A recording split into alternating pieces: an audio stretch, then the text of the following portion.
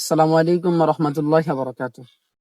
আজকে সমাবেশ চলছে বাংলাদেশ জামাতে ইসলামের। তো সেইখানে তাদের মঞ্চের মধ্যে লেখা আছে বিসমিল্লাহির রহমানির রহিম। তো এই বিষয়টা নিয়ে আমি দেখলাম যে এক নেতা, অন্য এক দলের নেতা, তিনি আবার এই বিষয়টা নিয়ে একটা মন্তব্য করেছেন। সে মন্তব্য করেছেন যে এখানে এত বড় একটা দলের এরকম এত বড় কেমনে ভুল হয়ে থাকে।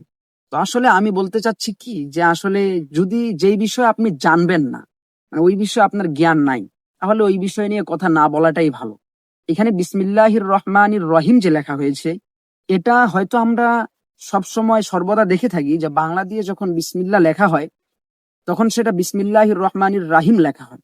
কিন্তু আসলে যদি আপনি আরবির ক্ষেত্রে যদি আপনি দেখেন, যদি আরবির দিকে যদি আপনি তাকান, তাহলে কিন্তু সেটা রহিম উচ্চারণেই হয়।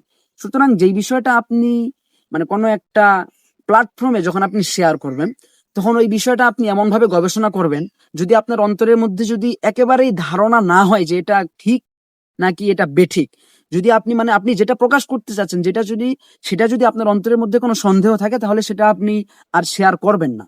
ঠিক আছে না? আর যদি আপনি ওই সন্দেহযুক্ত জিনিস যদি কোনো প্ল্যাটফর্মে যদি আপনি শেয়ার করেন, তাহলে দেখবেন যে আপনি লাঞ্ছিত হবেন।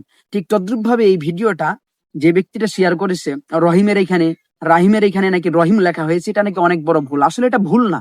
এটা হয়তো জামাতে ইসলাম, বাংলাদেশ জামাতে ইসলাম, তারা হয়তো আরবির ক্ষেত্রে আরবির দিকে তাকিয়ে তারা লিখছে বিসমিল্লাহির রহমানির রহিম। সুতরাং এটা কোনো ভুল নয়, এটা হচ্ছে সঠিক। আল্লাহ রাব্বুল আলামিন আমাদের সকলকে সঠিকভাবে প্রত্যেকটা বিষয় সুন্দরভাবে গবেষণা করে মানুষের কাছে পৌঁছিয়ে দেওয়ার তৌফিক দান করুক। আমিন। আসসালামু আলাইকুম রহমতুল্লাহ।